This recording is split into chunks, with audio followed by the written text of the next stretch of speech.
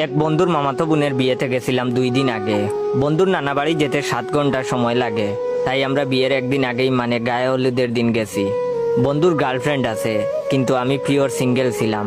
Single থাকারই কথা, আমার যেই চেহারা। যাক, আর বললাম না, নইলে আমার মেয়ে ফলোয়ার গুলো আনফলো করে দিবে। তাই আমার টার্গেট ছিল যে করেই হোক এই বিয়ে থেকে একটা গার্লফ্রেন্ড পছন্দ করবই, পরে বন্ধুর মাধ্যমে পটিয়ে নেব।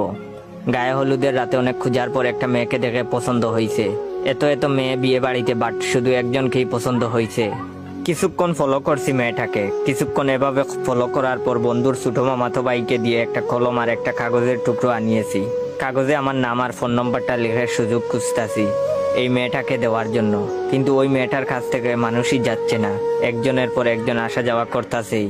আমি বসে বসে সুযোগ খুঁজতাছি আর মনে মনে স্বপ্ন দেখতাছি। আহা, আমার কতদিনের স্বপ্ন আশা আজ পূর্ণ হবে। আমার একটা গার্লফ্রেন্ড হবে, ফোনে কথা হবে। বাবু, সোনা, কলিজা, লিভার, ফুসফুস, কিডনি, লোহা, পিতল, কত ভারী নামে আমাকে ডাকবে। এইসব ভাবতেই খুশিতে আমার গায়ের লোম কাঠা দিয়ে উঠছে। অদ্ভুত ফিলিংস হচ্ছে, মনটা বড্ড খুশিতে নাচানাচি করতেছে। যাক, অবশেষে সেই সময় আসলো।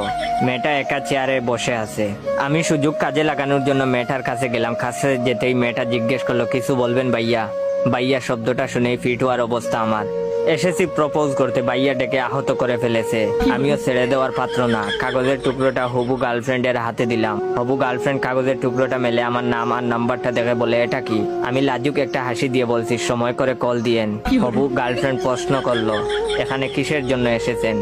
আমি বলছি, বন্ধুর মামাতো বোনের বিয়েতে এসেছি, আর এসেই প্রথম দেখাতেই আপনাকে ভালো লেগে গেছে।